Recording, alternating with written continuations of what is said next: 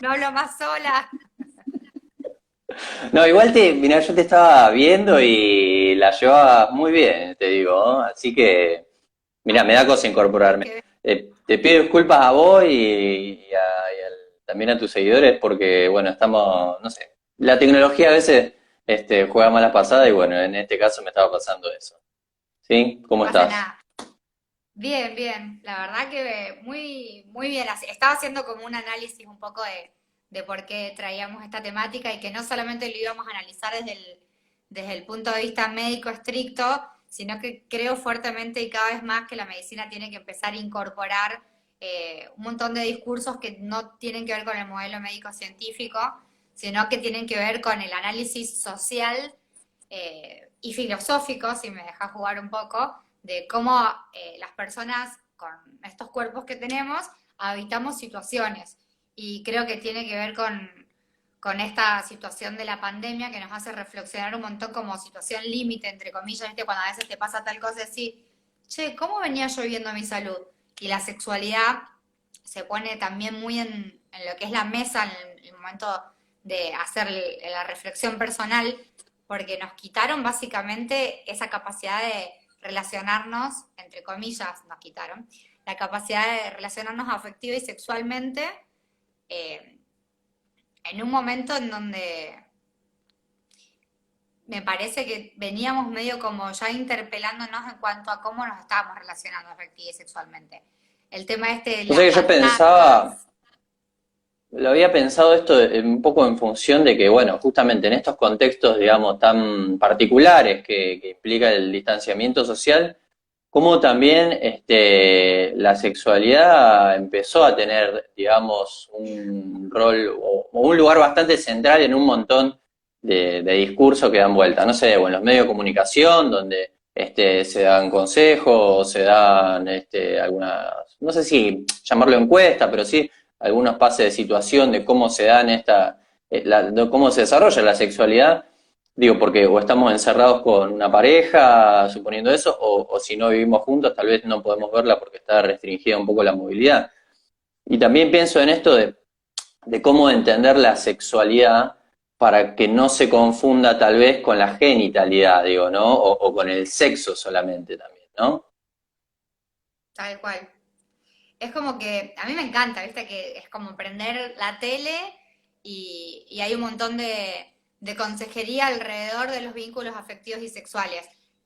Abrir el Instagram y hay gente que hace ilustraciones poniendo contenido que tiene que ver con la sexualidad, sociólogos hablando de sexualidad, periodistas hablando de sexualidad. Me encanta porque me parece que tiene que ver con un abrir, con un salir del closet de la sexualidad en distintos espacios y me parece que es fundamental porque también hace que el modelo médico cambie. Yo creo que la sexología como ciencia estaba como muy en el closet, muy fría, como muy distante de la población y la población hizo el cambio y lo introduce en el modelo médico siendo la persona la que viene y te dice, che, vos sabés que vi en Instagram, che, vos sabés que escuché tal cosa.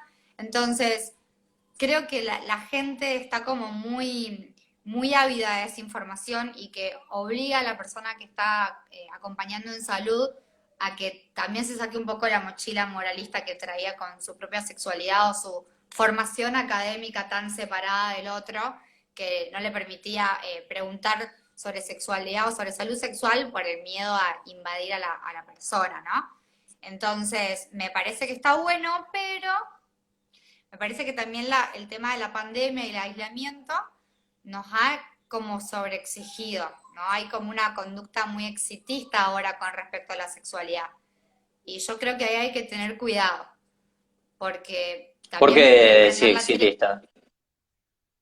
Y porque de repente es cómo aumentar el fuego con tu pareja en la pandemia, cómo tener mejor sexo en la cuarentena, cómo, o sea, como una presión social exitista que veníamos trayendo un poco con la construcción del exotismo, esta intimidad que salió al exterior con las redes, ¿no? Hay como toda una presión de está todo bien, la presión wellness, esto del bienestar todo el tiempo, la presión del exitismo, de tener una pareja exitosa a nivel sexual, a nivel afectivo, la presión de que yo tengo en consulta gente que todo el tiempo viene y me dice, ¿qué es normal de tener relaciones sexuales? ¿Cuál es la frecuencia normal? Entonces hay como una imposición. Nos hemos pasado de estar totalmente en el closet en muchos sentidos a de repente abrir la puerta y tener como esa obligación de pasar la bomba sexualmente.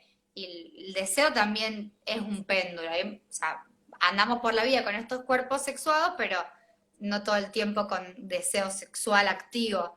Entonces, cuando aparece un poquito de la preocupación del deseo puesto en otro lugar, la gente ya lo interpreta como que tiene un problema. Entonces, ahí es como donde voy con tener cuidado con el exitismo que los medios nos ponen con respecto a la sexualidad. Tienen procesos las personas para encontrarse y O reconocerse como sea, digamos, sexualizados.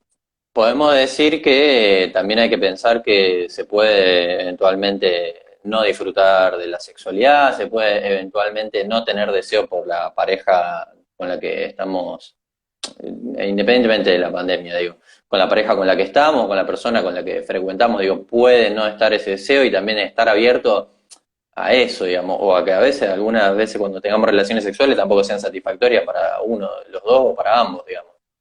Estén abiertos a que la sexualidad tiene múltiples factores y que el placer es subjetivo, es personal y es muy variable dependiendo de muchas cosas más allá de las hormonas y del cuerpo, dependiendo 100% también de lo contextual, ¿no? Entonces, también estén abiertos a que los deseos y las sexualidades y la satisfacción que tengan con sus vínculos vayan fluctuando.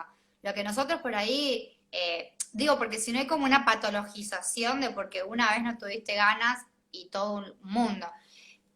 Nosotros cuando hablamos de patología propiamente dicha, son más de 6 meses de una conducta sostenida o una práctica o de un displacer o de algo que a vos te está apretando y te está ajustando el zapato. Entonces, a eso voy con lo del exitismo. Como que la gente tiene mucha información, esto de deseo sexual disminuido eyaculación precoz o disfunción eréctil, todos conceptos de la patología que como estamos tan abiertos con la comunicación, circulan una banda y de repente vienen al cónsul diciendo tengo tal cosa y fue una vez. Bien. Ah, entonces, Y si pensaba entonces, hablando ya por ahí del consultorio y de las consultas, vos un poco decías que para que algo de alguna manera se considere una patología tendríamos que pensar en 6 meses de que te apriete el zapato. Pero digo, más allá de esa consideración de patología, digo, qué consultas se pueden hacer que no estén vinculadas a una cuestión que uno pueda calificar como una patología? ¿Me explico? Digo, ¿en qué momento estaría piola ir de última a una consulta porque te da alguna curiosidad o porque querés trabajar alguna cuestión con tu pareja? Digo, se puede ir solo, hay que avisar cuando uno quiere hacer este tipo de consulta. excelente, excelente tu pregunta. Eh, Creo que es fundamental empezar a entender que el tema de educación sexual que hemos tenido la mayoría de las personas ha sido represiva y ha sido total y completamente reproductiva. No ha sido apuntada a lo que es el placer, ¿sí? Nadie te enseñó en la clase de biología cómo tener un orgasmo, qué era un orgasmo, qué le pasaba a tu cuerpo. No hubo ese saber transmitido, ¿sí? Entonces, hoy, si vos tenés dudas, si vos leíste y no entendiste algo, si vos te pasó algo en un vínculo sexual y todavía te das cuenta que tu comunicación sexual no fluye, re que podés venir a la consulta. Porque lo que yo hago fundamentalmente hoy en día es la educación sexual de personas que tienen como yo 35 y no tuvieron educación sexual en la escuela, personas que tuvieron 60 y la misma dinámica, gente que tiene 18 y está recién salida y como la ESI nadie la reglamenta y nadie la labura o en algunos espacios se brinda, pero sigue siendo reproductiva y no orientada al placer, no tienen esa información. Entonces, posta que hoy en día lo mejor que podríamos tener es consultoría de salud sexual orientada al placer, una medicina orientada al placer preventiva, para que no llegues a esa situación en donde muchas personas que vienen con una disfunción eréctil, una eyaculación precoz, por ponerte dos ejemplos, acarrean con esos síntomas 2 años y recién se animan a consultar. Tampoco es como una consulta tan inmediata. Pero para que no lleguemos a esas situaciones, creo que es fundamental que haya un espacio donde la gente entienda que venir al cónsul de una médica que es sexóloga, o en este caso ginecóloga, a hablar de esto es salud y es prevención. Entonces, donde todos empecemos a ver eso, vamos a ir a consultar y a sacarnos las dudas, porque en realidad hay un montón de preconceptos que también se nos hacen difícil a la hora de vivir las sexualidades libremente, y creo que ahí es el punto donde hay que laburar mucho, ¿no?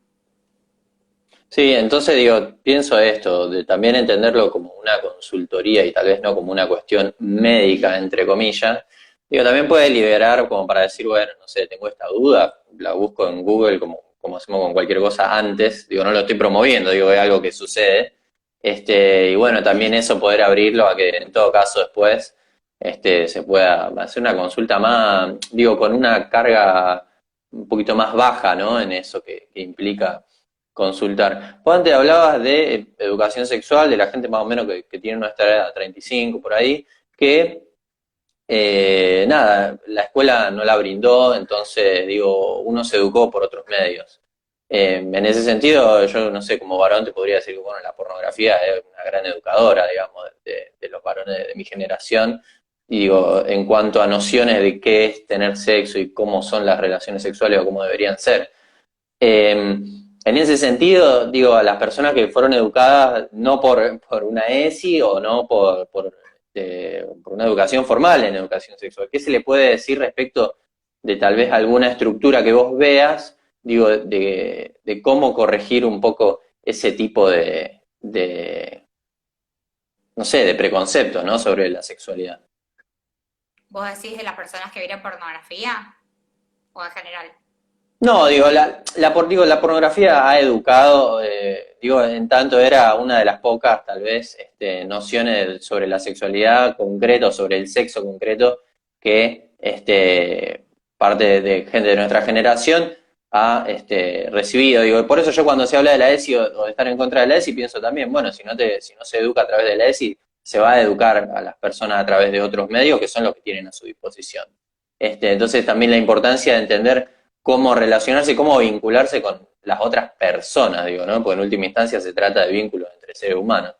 Digo, ¿qué se puede pensar en la gente que a los 35, 40 o más años quieren un poco reeducarse sobre eso que tal vez desconocen o no fueron educados? Vos hablabas, en la escuela no te enseñaron lo que era un orgasmo, o cómo se podía alcanzar, o cómo tratar tu cuerpo. Digo, ¿qué es lo que tal vez vos ves que por ahí personas de esa edad no tienen noción y tal vez sería interesante como empezar a concientizarse? Primero, como un reconocimiento de sus cuerpos, en líneas generales.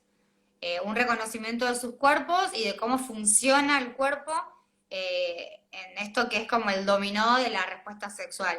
El conocimiento de cómo el deseo se gestiona y de sacarle todo el asunto de esto del romanticismo, el deseo idealizado, como que te cae la luz, te ilumina y se prende, sino que vos tenés que hacer prácticas para estimular el deseo.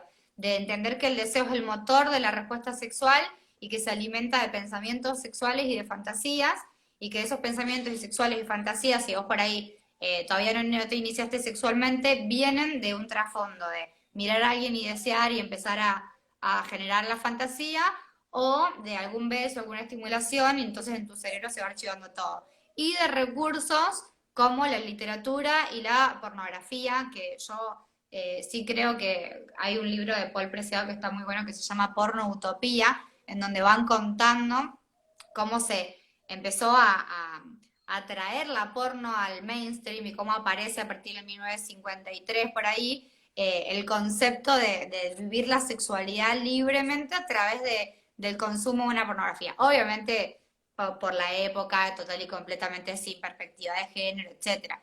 Pero hoy las personas, yo en mi consulta particularmente, las voy asesorando sobre el Ujú. consumo de fantasías. Hoy hay un montón de pornografía que posta que es educativa porque te saca del concepto retro de esa porno total y completamente asimétrica en lo que a placer respecta eh, y sigue siendo una herramienta para mí la pornografía para las personas que necesitan tener esa información visual porque les cuesta muchísimo imaginar, les cuesta muchísimo fantasear porque tienen un montón de cosas todavía muy culpógenas con respecto a sus propios cerebros en lo que a imaginación respecta. Entonces, para mí es una herramienta la pornografía. Bien. Y digo, vos nombraste un poco las fantasías. Lo que estás trabajando vos y estuviste, digo, difundiendo en tus redes test sobre distintas fantasías sexuales. ¿Para qué lo hiciste y cuáles fueron más o menos los resultados que tuviste? Bien. La verdad que bueno, el año pasado cuando fui al Mundial de Sexología en México, que hablé sobre orgasmos femeninos y las conductas que las mujeres preferían para llegar y acceder mejor a él, vi que había mucho sobre neurociencias y empecé como a intrigarme mucho al respecto. Volví y mi idea es doctorarme, hacer un doctorado y obviamente que el órgano sexual más importante es para mí el cerebro, entonces estaba como muy abocada a eso y que le encuentro mucha potencialidad a la fantasía o a la imaginación como un ejercicio total y completamente abstracto, personal, donde no necesitas del otro, sino de un bagaje de recursos del pasado o idearios de un futuro, en donde podés tener toda la respuesta sexual humana a partir de esa fantasía. Para mí es como muy interesante. Entonces, la idea era más adelante hacer una investigación con el resonador magnético funcional, ir viendo cómo se podían activar las fantasías y ver que hay fantasías, que hay personas que son más visuales para fantasear, otras que son más auditivas, otros que hacen como un recurso más de la memoria táctil en cuanto a cómo fantasear. Entonces, me parecía como re sorprendente y muy buena idea. Obviamente, bueno, yo empecé a hacer consultorio en INECO justo antes de que pasara todo esto, lo de la pandemia, que es un instituto de neurociencias cognitivas, y bueno, que pasó todo esto. Entonces dije, bueno, de repente se puede hacer esa investigación al menos, como empezar a indagar sobre qué vivencias tienen las personas con sus pensamientos sexuales, cuán frecuentemente los tienen, sobre qué factores fantasean o sobre qué factores tienen pensamientos y separar lo que es la fantasía del pensamiento sexual, porque el pensamiento puede ser algo que yo utilizo en base a algo que yo ya hice o algo que tengo ganas de hacer y que sé que voy a hacer. En cambio, la fantasía forma parte del terreno de por ahí cosas que yo después no voy a hacer en la realidad. Entonces, como diferenciar Ujú. eso. Y bueno, nada, y empecé este test que está en mi página web, que es un formulario de Google totalmente anónimo, y al final hago un espacio abierto para que las personas, si quieren, cuenten un pequeño relato, pensamiento, fantasía erótica, para armar una gran eroteca para las personas que les cueste mucho fantasear, digo, tener el recurso a mano, ¿no? Muchas veces la gente no sabe o gente que no tiene ganas de entrar en el mundo de la pornografía por más diversidad que vos le ofrezcas, o por más inclusiva que sea esa porno que vos le ofrezcas, no tiene ganas de acceder a eso visual, entonces que tenga el relato por ahí escrito es una buena opción. Y nada, ya lo contestaron creo que 380 personas y un poco la idea es hacer esa investigación preliminar y también, bueno, me parece que justo esta situación de la pandemia te habilita mucho más a tener como recurso el tema de las fantasías. Y es un poco la invitación a que las personas se tomen unos minutos para decir, che, a ver cuán frecuentemente fantaseo. Y qué, bueno, y de los resultados preliminares, no sé, ¿sacaste alguna conclusión? ¿Viste algún perfil o algo por el estilo? En base a la fantasía. Yo lo hice el test, tuve la oportunidad de hacerlo y nada, es interesante. Tiene como muchas variables, muchas propuestas, digamos, ¿no? En líneas generales, lo que vi es que ponele de las 380 personas que contestaron, iban más o menos 50 relatos. Ujú. 50 relatos, o sea que la capacidad de por ahí de compartir las fantasías está un poco ahí todavía trabada. Y después, el tema de la última parte del test, que es el tema de la actitud frente a las fantasías, había muchos factores de culpa en una digamos, en un grupo etario que iba en la mayoría entre los 25 y los 35, ¿sí? Que a mí, mi hipótesis era que ese factor iba a estar más asociado a gente más grande. Bueno, mi hipótesis claramente no viene en línea con lo que está mostrando los resultados, lo cual es re divertido, a mí me interesa mucho cuando pasan esas cosas. Bueno, y entonces, ¿qué se le puede decir a personas de esa edad que sienten culpa por la fantasía? Me Está parece bien, es que normal, hay que relajarse, digo, ¿no? ¿Qué actitud tomar frente a eso? Me parece que está bueno que hagan un poco de historicidad de dónde puede venir esa culpa. Porque a veces esto de, bueno, soltar y como frases que están buenas, pero por ahí son medio eh, como que le falta un sustento al soltar, tiene que ver con más hacer una historicidad. ¿Y yo por qué tengo culpas si de repente por ahí yo no, o sea, no tengo una religión donde estoy practicando? ¿Y por qué me pasan estas cosas? ¿Tendrá que ver con algo de mi infancia? En algún momento alguien me dijo que la sexualidad era malo o que la fantasía era mala o en algún momento tuve alguna... O sea, creo que a esa persona que respondió eso, una invitación de hacer una historicidad de su historia sexual, de al menos preguntarse y si ven que hay una traba, obviamente consultar, porque las fantasías son parte de la salud sexual, ya dicho por la Organización Mundial de la Salud hace mucho tiempo, ¿sí? Forman parte de una expresión de tu sexualidad. O sea que no hay que tener culpa de la fantasía, digo. A ver, si la tenés, el preguntarte el por qué, exactamente. Al menos, por lo menos, si la tenés, o sea, no hay que tener, si hay que tener, o sea, ¿quién pudiera tener esa vara? Pero al menos si la tenés y lo estás viviendo, digo, por ahí vos vas a decir, pues estoy fantaseando súper frecuente, pero me siento re culpable por todo lo que fantaseo, digo, no estás viviendo tu sexualidad de una manera libre, sino que la elegís y a su vez te pasan cosas que por ahí van en detrimento del placer después. Claro, te entiendo. Y bueno, pienso ahora en estos momentos así particulares de aislamiento social. Un tema interesante, digo, en esta sobre, digamos, exposición que tenemos a esta cosa de hablar de sexualidad y de sexo todo el tiempo, pero un punto importante que me parecía era la comunicación entre las parejas, ¿no? Digo, si pensamos en la convivencia. Eh, qué punto se puede decir como, bueno, para que esto no termine siendo bueno, en todo caso, para que esa comunicación sea más saludable, digo, ¿qué se le puede decir a los integrantes de una pareja respecto de cómo decir las cosas, cómo escuchar al otro, cómo poder, nada, contar lo que le sucede a cada uno? Bien, yo creo que la comunicación es el pilar de las parejas, sean parejas ocasionales o sean parejas a largo plazo. Eso sí es fundamental y también eh, está también muy en relación con qué nos han dicho sobre la comunicación sexual, ¿no? Durante mucho tiempo el tema de esto de hablar de sexo en la pareja era súper malo, entonces hay personas que no tienen disponible este tipo de conversación y que por ahí queda supeditado solamente a la cotidianidad. Ah, sí, en el trabajo pasó esto, me levanté tal cosa, los chicos esto y listo. Y la comunicación en la pareja, la parte afectiva y la parte sexual es muy importante. Entonces, hay que también poder reconocer que esto no viene dado solo, que no nacemos aprendiendo a cómo comunicarnos, sino que se practica, se ejercita. Y la mejor forma, o la que por ahí le invito a las personas a que empiecen a poder poner en palabras lo que les pasa, más allá de que sea vínculo ocasional, chongo, como le dicen las personas hoy en día, o que sea tu pareja de hace 20 años. Hay personas que tienen años de pareja y no tienen una intimidad comunicacional en lo que es afectivo y sexual. Entonces, ¿qué puedes empezar a hacer?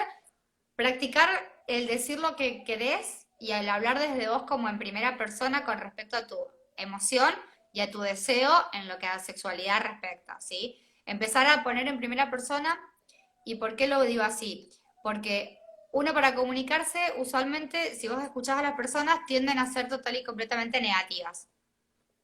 Tienden a utilizar como comunicación el recurso del reclamo, ¿no? Porque vos nunca hiciste Ujú. esto, porque vos nunca... Bueno, entonces, para Bien, comunicarse de manera positiva en lo sexual, uno tiene que hablar en primera persona siempre. Yo estaría necesitando que hagamos tal cosa, yo necesito, yo deseo, yo extraño, ¿sabes qué me gustaría?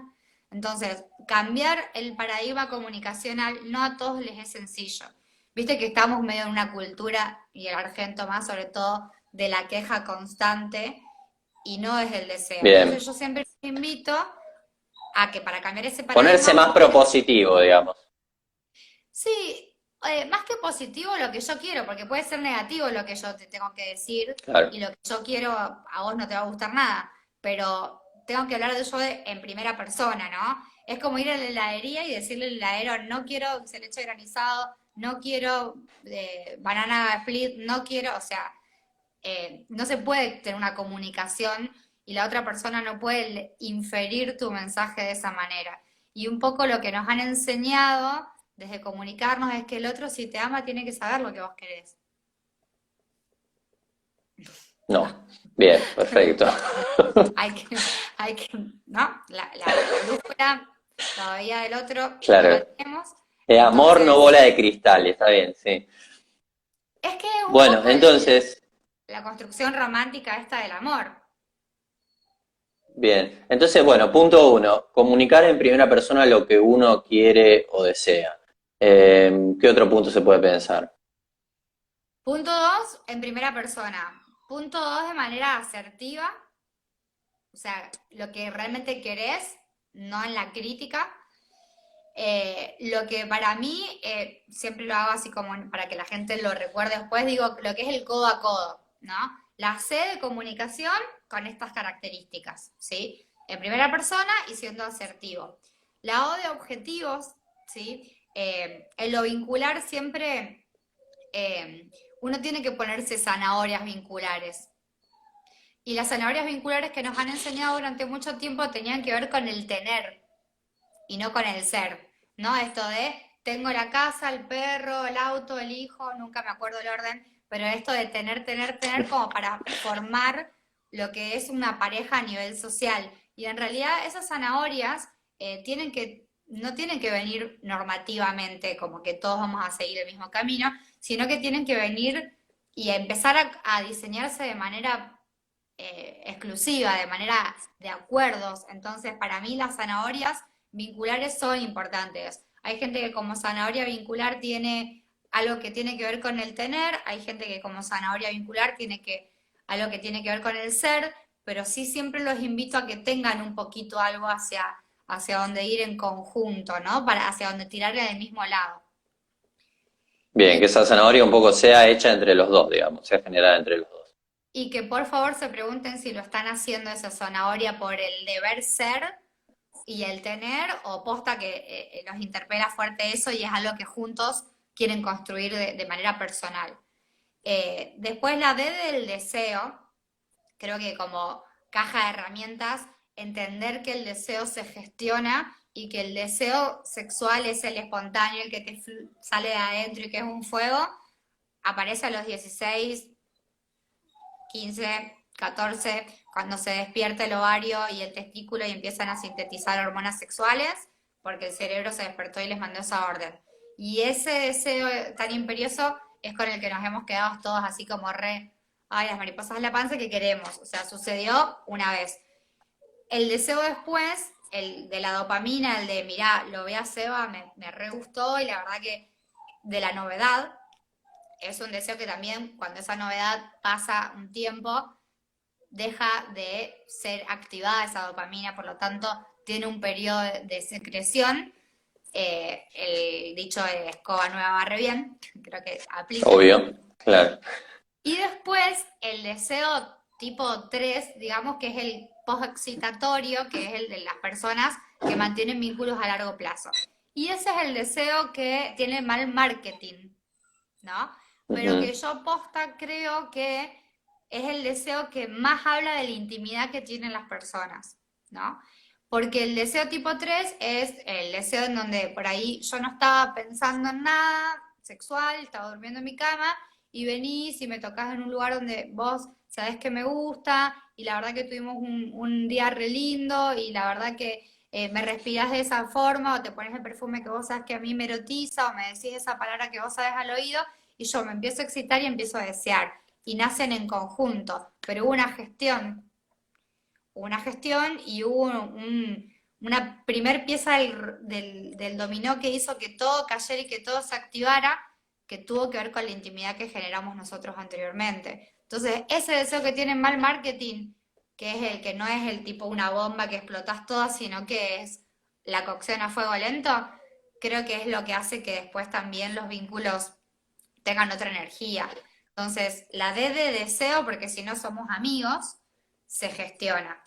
Obviamente que siempre Estoy va a haber pensando estoy pensando, digo, en esta deseo que vos nombrás, del tercero, del que requiere tal vez más gestión, digo, también empieza por uno mismo, ¿no? Digo, también uno sentirse deseable hace que pueda ser deseado por los demás, ¿verdad? Digo, y que también fundamental. pueda desear a otros, ¿no? Fundamental. Fundamental reconocerte vos como un ser erotizante. Fundamental el autoconocimiento de lo que a vos te gusta en base a la autoexploración. Fundamental la autoestimulación, más conocida como masturbación, para poder guiar a la otra persona en cuanto a tus deseos, puntualmente en lo que a brújula sexual respecta. Pero fundamental esa autoexploración, hacerlo enfrente de un espejo, el mirarte, el reconocer cuáles son tus caras de placer, qué cara tenés entre el orgasmo, cómo se pone tu cuerpo, cómo queda después del orgasmo, o sea, o después de una sesión de placer con vos mismo, el mirarte al espejo y quererte y tratarte bien es fundamental para la sexualidad. O sea, es como la base sobre lo que se construye y se apoya todo. Si esa base no está, siempre el tema de lo vincular va a quedar supeditado a la magia del otro. Y el otro no tiene que responsabilizarse de tu propio placer. Bien, un poco volvés ahí a eso que decía al principio, digo, de reconocer el propio cuerpo y bueno, si uno no mismo no sabe darse placer, difícilmente que lo pueda hacer otro, ¿no? Exactamente. Por eso también poner en palabras esto es como que choca muchísimo, ¿no? Porque durante mucho tiempo hubo como estereotipos de género y roles de género en lo que a parejas hetero respecta, que en cierto punto fueron perjudiciales para la salud, si lo ponemos en esa perspectiva. Entonces, hoy en día ¿Como sentarnos a cuáles? decir que tiene que ver con el tema de la autovaloración y de mirarte y de conocer tus propias caras de placer, suena total y completamente como disruptivo, pero en realidad es la base, quererte y tratarte bien para poder después darle algo a un vínculo, ¿no? Claro. Bueno, listo, comerse algo rico, masturbarse, está todo en el mismo sentido, digamos, de alguna manera, ¿no? Tal Como pasa cual. por Y en ahí, lo podemos de decir. deseo, antes de ir a la última O, que es la del codo a codo, en lo de deseo, el tema de ahora que estamos en el aislamiento, hay personas como una gran diversidad de formas de vincularnos. eh, Hay personas que están pasando esta situación con alguien en casa.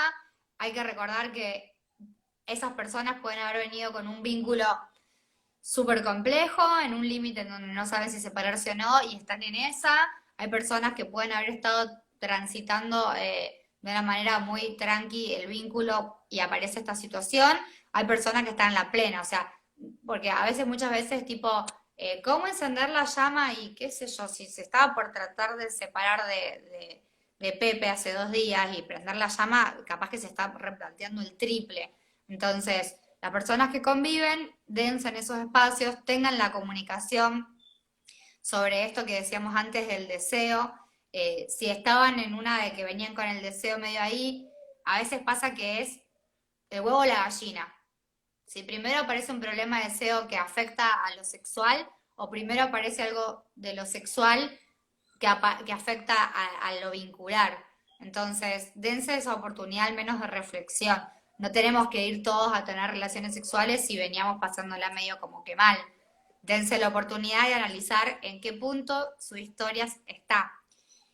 Y después las personas que, bueno, que tienen el momento de la pandemia con su sexualidad y su deseo, que venían tranqui, pero que ahora de repente están con todos los pibes en casa y no hay intimidad, apliquen también esto que decía el Ministerio de Salud de la Nación del sexting, no solamente para personas que están conviviendo, digo, de que no están conviviendo, digo, o sea, porque viste que el ministerio lo dijo, bueno, che, los que no Sí. conviven, sexting. Bueno, los que conviven también, porque por ahí tenés toda la casa llena y no hay un momento de intimidad.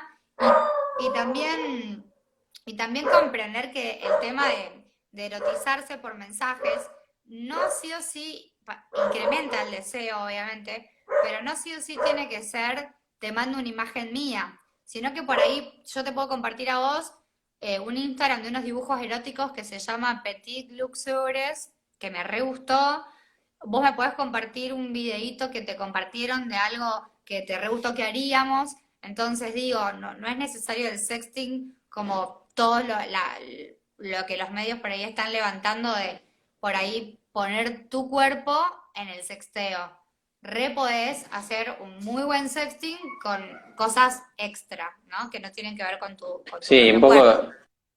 Y también pienso esto de que vos decís, bueno, si el órgano sexual más, digamos, importante es el cerebro, bueno, estimularlo más desde ahí, no solamente desde el cuerpo, sino también desde, bueno, desde la imaginación, desde el poder hablar y poder también usar esos otros recursos que nada, que brinda de alguna manera Internet y estas tecnologías.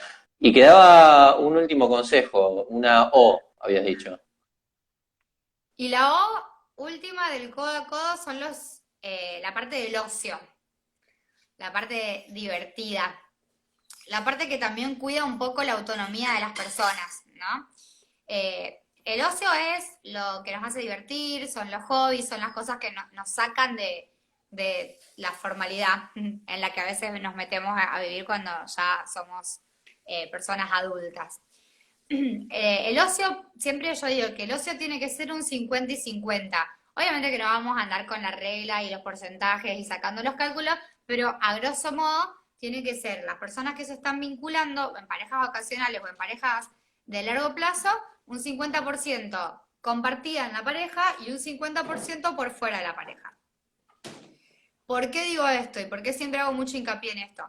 Porque durante mucho tiempo los sistemas sociales marcaban que cuando uno ya estaba emparentado, o sea, emparejado, ya sea matrimonio o una relación como la que estamos viendo ahora, a modo de fusión teníamos que hacer todo de manera conjunta.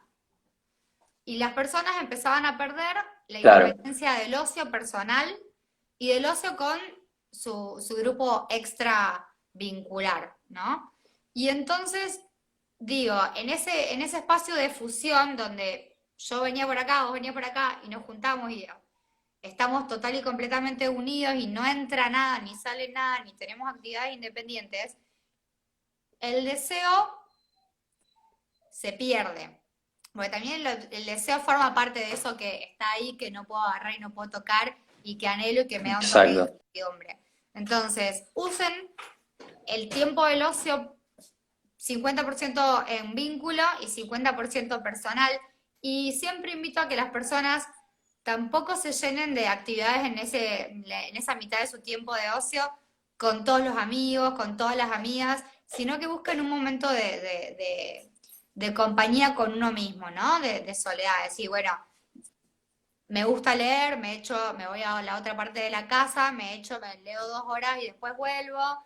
Eh, a mí me gusta ver fútbol, me quedo 2 horas viendo fútbol, después vuelvo. A mí me gustan las pelis de acción y a mí las comedias y busquen esas individualidades en lo que a gustos y a momentos de ocio respecta, ¿sí? Porque si no, aparece esta fusión donde después no entra ni sale información y la verdad que el vínculo se convierte en algo total y completamente dependiente.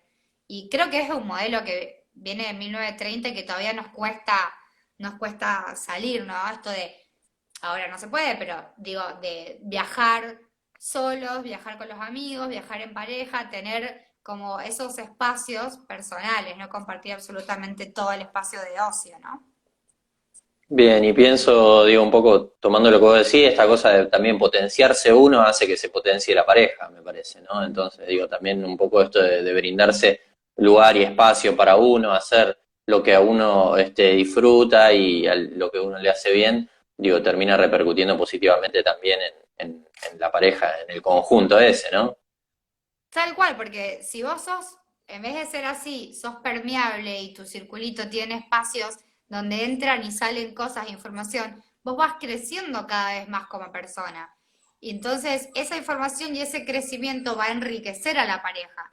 Si nosotros hacemos todo junto y no tenemos nada por fuera, digo, la información va a estar en algún punto limitada y las vivencias van a ser súper cortas y monótonas y es donde por ahí la gente dice, ay, hacemos siempre lo mismo, ok, dense tiempo y dense espacios para vivenciar otras cosas. Ahí justo alguien preguntaba cómo se llaman las páginas de imágenes eróticas. Hay muchas ilustradoras o personas que hacen ilustración hoy en día en Instagram que la verdad que están muy buenas. Hay una, hay una que se llama Petit Luxures, que es una ilustradora francesa. Hay otra que se llama Chiara Linky Art o algo así. Busquen, porque hay muchas imágenes muy eróticas que por ahí vos me le mandás un dibujo súper sutil a alguien de una persona haciéndole un cunilingus, sexo oral a una vulva a una persona y es súper erótico y digo, no pusiste tu vulva, no pusiste tu boca, no hubo genitalidad y es simplemente una imagen que nos puede erotizar un montón. Eso también es importante. Cuando yo doy recomendaciones, no quiere decir lo que me erotiza a mí va a erotizar a todas las personas. Por favor, hagan su búsqueda personal porque el deseo es personal e intransferible. Entonces, hagan su búsqueda y vayan viendo qué, qué combustible alimenta su deseo, ¿no? Qué fantasía va a alimentar esa Seguro. fantasía. Y yo creo que también ser lo más genuino posible en eso, digo, termina en todo caso, nada, haciendo que la comunicación fluya o no, que el vínculo fluya o no. Digo, de eso se trata, digo, si hablamos de vínculos lo más sanos posibles. Bueno, Barbie, entonces me quedo con este codo a codo. Digo, comunicación, objetivos, deseo y ocio son los cuatro puntos un poco que vos nombrás, como para llevar adelante un vínculo saludable, en general y bueno, más aún en este contexto, ¿no? En particular. Tal cual. Y creo que también el tema de, por ejemplo, me gusta trabajarlo así porque eh, no tiene que haber en el codo a codo no tiene que haber ni una exclusividad, ni una, ni un contrato de vínculo a largo plazo. Digo, este codo a codo lo puede hacer dos personas que están en plena anarquía relacional, es decir, que están teniendo relaciones sexuales con distintas personas sin un rótulo, chongueando. Y digo, el objetivo y la zanahoria puede ser súper divertirse y con responsabilidad afectiva saber en qué está cada uno, ¿no? O sea, es Bien. extrapolable a cualquier persona. Y también aplica para pareja, digamos, de larga historia. Y también aplica a parejas de larga data donde realmente, así, llevamos 20 años y yo, si tengo que decir comunicación sexual positiva, yo nunca le pregunté a Cacho qué posición le gustaba más. Nunca hablamos de sexo nosotros. O sea, como que lo supongo, o siempre hacemos lo mismo, no innovamos. Entonces digo, ese codo a codo puede ser como un disparador para que las personas de larga data puedan empezar a tener otro tipo de charla, ¿no? Bien, bien. Bueno, Barbie, nada más por mi parte. ¿Algo más que quieras comentar en este último rato que te haya parecido interesante? Digo, porque también surgieron bastantes preguntas también, ¿no? Sí, creo que hay alguien recomienda a Egon Schiele, que ahora me lo voy a anotar para después buscarlo, porque la verdad que me encanta que las lapiceras que tengo todas no funcionen. Egon Schiele, me lo anoto para después verlo. Eh, Mi recomendación es que tampoco sientan esta presión del exitismo de prender la tele porque estamos en cuarentena, todos tenemos que estar prendidos a fuego. Usen este momento de reflexión, usen este momento de decir, ¿qué onda? ¿De dónde vengo? ¿Qué quiero hoy? ¿A dónde voy? Usen este momento para decir, de repente estaba haciendo un montón de prácticas que yo no quería hacer y está bueno que ahora las charles con este vínculo ocasional o estable para empezar a ir hacia prácticas que yo quiero. O sea, usen este momento para ir un toque para adentro y todo esto de que prender la tele y esa necesidad de triunfar sexualmente, el triunfo es tuyo, no hay una norma, no hay un camino exclusivo para seguir. Obvio que si tenés dudas, la consejería y la consulta online, yo en mi caso la estoy manteniendo, pero te digo que lo que más veo es eso, son personas que me consultan vía online con una necesidad de laburar todo ya porque estamos en cuarentena, donde yo los invito a que entiendan que es todo un proceso que no se exijan. Y a relajarse, digamos.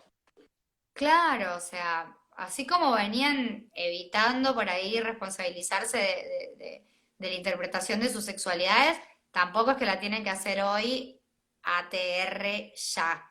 O sea, vamos, vamos despacio, me encanta que la gente se esté interpelando ahora, abierto mi consultorio al 100% para elaborar estas cosas. Obvio que después de la cuarentena, si han hecho ese camino de laburo y de introspección, la van a pasar 200 veces mejor que antes la cuarentena. Pero si te quedaste pancho sin analizar nada, y probablemente tus relaciones sexuales post cuarentena, por más de que la tele te diga tenés que, van a ser iguales. Entonces, digo, aprovecha este momento para repensar más allá de lo que te digan y armar tu propio mapa del placer. Bien, buenísimo. Y pensar la sexualidad también como nada, una esfera más de la salud y del bienestar. Entonces, bueno, tomárselo como eso, Tal cual, como no teman, algo, digamos, con calma, sin presiones, pero bueno, que en todo caso es para estar mejor, ¿no? tal cual, no teman y es parte de de habitar nuestros cuerpos también, digo, venir a la consulta y decir, yo no tengo idea qué es un orgasmo. No pasa nada. O sea, realmente es sentarte en la consulta y decir, bueno, mira, cuando vos tenés el orgasmo, lo que pasa es una respuesta en todo tu cuerpo, a tu cerebro le pasa esto, por eso sentís tales cosas, o sea, y cuando uno, o sea, le explica a la persona se queda así como diciendo, wow. Entonces digo, es simplemente eso. Es como contarte cómo funciona tu cuerpo cuando, no sé, te tomaste un vaso de agua, cómo lo digerís y cómo llega al riñón. O te comiste una papa frita y qué le pasa a tu cuerpo. O sea, es contarte cómo funciona y sacarle toda la presión y toda la carga que tiene y a partir de eso, de soltar todos esos miedos, poder empezar a vincularte desde el placer, ¿no? Así que bueno, la medicina Bien, orientada al placer. Eso es nada más lo que hacemos en consulta. Nada que temer. dale. Bueno, Barbie, te agradezco mucho por la charla y nada, nos Bueno, estaremos hablando y a la por- gente invito, no era esta la cuenta, pero bueno, web de Salud LA también ahí pueden visitar y va a haber más información de eso, sigan ¿eh? la web de salud LEA, que es de Latinoamérica, donde bueno, estamos haciendo desde Sexualidades Libres el aporte sobre lo que es por ahí un par de artículos y recomendaciones para las personas. Y también hay un montón de profesionales que te están acompañando en el proyecto, o sea que está re bueno decirlos. eh, Donde un poco llevan lo que es los conocimientos científicos, pero los ponen a disposición de la gente, realmente de una manera muy horizontal, para que las personas se empoderen de sus propios cuerpos. Así que me parece que eso es algo muy loable para que sigan la web de salud entonces. Dale, gracias. Bueno, Barbie, un Bueno, beso grande, ¿eh? gracias a todas las personas que estuvieron ahí, un besito a todas. Bueno, hay muchas amigas mías médicas con ciencia y sexualidad y Nati Panero que están ahí siempre al pie del cañón. Así que gracias a todos por estar ahí también. Dale, chao. Un besito, chau chau.